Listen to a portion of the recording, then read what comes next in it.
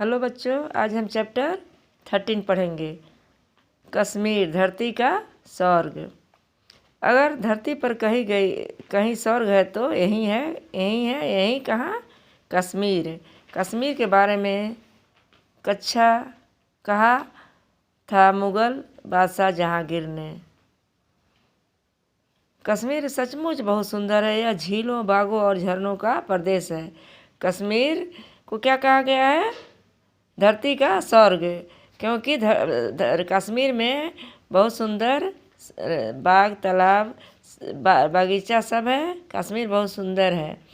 बागों और झरनों का प्रदेश है। डल झील कश्मीर की सबसे सुंदर झील है। कश्मीर का सबसे सुंदर झील क्या है? डल झील। यह श्रीनगर में है। यह कहाँ है? श्रीनगर में। श्रीनगर कश्मीर की राजधानी है। श्रीनगर क्या है? कश्मीर की राजधानी। यह नगर झेलम नदी के दोनों तटों पर बसा हुआ है। यह नगर झेलम नदी के दोनों तटों पर बसा हुआ है। नदी के दूसरी तरफ जाने के लिए 9 पुल बने हुए हैं। नदी की दूसरी तरफ जाने के लिए 9 पुल बने हुए हैं। चारों ओर दूर दूर तक पहाड़ियाँ दिखाई देती है। अलग अलग पहाड़ियों के अलग अलग नाम हैं। यदि आप शंकराचार्य नामक पहाड़ी पर खड़े होकर देखें तो नगर का दृश्य बड़ा मनमोहक लगता है। अगर शंकराचार्य पहाड़ी पर खड़े होकर देखें तो वहाँ का दृश्य जो है बहुत अच्छा लगता है। देखने में बहुत सुंदर, मनमोहक, मन को मोह लेता है। श्रीनगर में झेलम नदी के दोनों तटों पर हाउस बोटों की पंक्तियाँ दूर तक दिखाई देती है। झेलम नदी पर बोट की लाइन लगी रहती है। वहाँ पंक्तियाँ दूर तक दिखाई देती है। हाउस बोट पानी पर तैरता हुआ एक मकान होता है। बाहर से कश्मीर आने वाले बहुत से लोग हाउस बोट में किराए पर रहते हैं। हाउस बोट जो होता है एक मकान की तरह होता है। बहुत लोग बाहर से आते हैं तो एक किराया लेकर उसमें रहते हैं। इसमें एक ड्राइंग रूम और बाथरूम होता है। रात को हाउस बोट में सैकड़ों बत्तियां जल उठती है। इनकी परछाइयाँ नदी के पानी में जगमग जगमग करती है, तो देखने में बहुत अच्छा लगता है।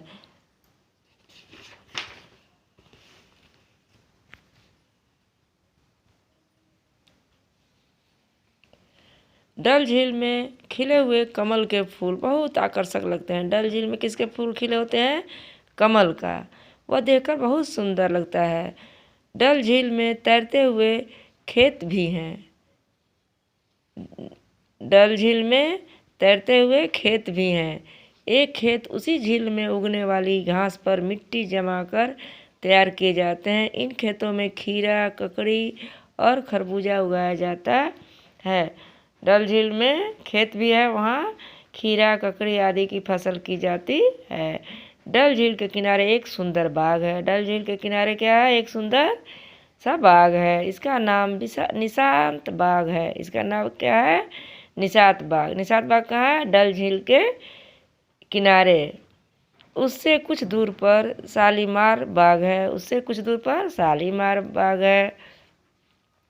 इन दोनों बागों को मुग़ल बादशाह जहांगीर ने लगवाया था। इन दोनों बागों को किसने लगवाया था? जहांगीर ने।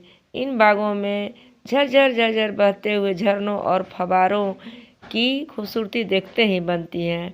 यहाँ चिनार के ऊंचे ऊंचे वृक्ष, मखमली घास और रंग बिरंगे फूल हैं। ये इनका शोभा को और भी बढ़ा देता है। यहाँ रंग बिरंग का फूल लगा हुआ है तो इसका शोभा और सुंदर हो जाता है। कश्मीर में अमरनाथ की प्रसिद्ध गुफा है। कश्मीर में किसकी गुफा प्रसिद्ध है? अमरनाथ की। देश के कोने कोने से लोग अमरनाथ की यात्रा के लिए आते हैं।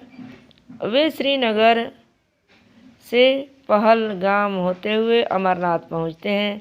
यहाँ का रास्ता बर्फ़ से ढके हुए ऊंचे पहाड़ों से होकर जाता है। बर्फ़ से रास्ता ढका हुआ रहता है और पहाड़ पर होकर जाना पड़ता है। कश्मीर के पेड़ फलों से लदे रहते हैं। यहाँ जगह जगह केसर की क्यारियाँ हैं। केसर की सुगंध से कश्मीर घाटी महकती रहती है। यहाँ के कारीगर बेजोड़ हैं। वे लकड़ी, चांदी, ऊन और रेशम से बहुत आकर्षक वस्तुएं बनाते हैं। वहाँ के लोग बहुत कारीगर हैं।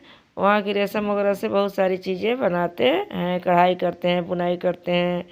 कश्मीर में बहुत सर्दी पड़ती है। कश्मीर में बहुत सर्दी पड़ती है। सर्दी की ऋतु में हर एक आदमी एक विशेष प्रकार की अंगीठी जलाए रखता है, जिसे कांकड़ी कहते हैं। इससे वह आग तापकर अपने आप को गर्म रखता है।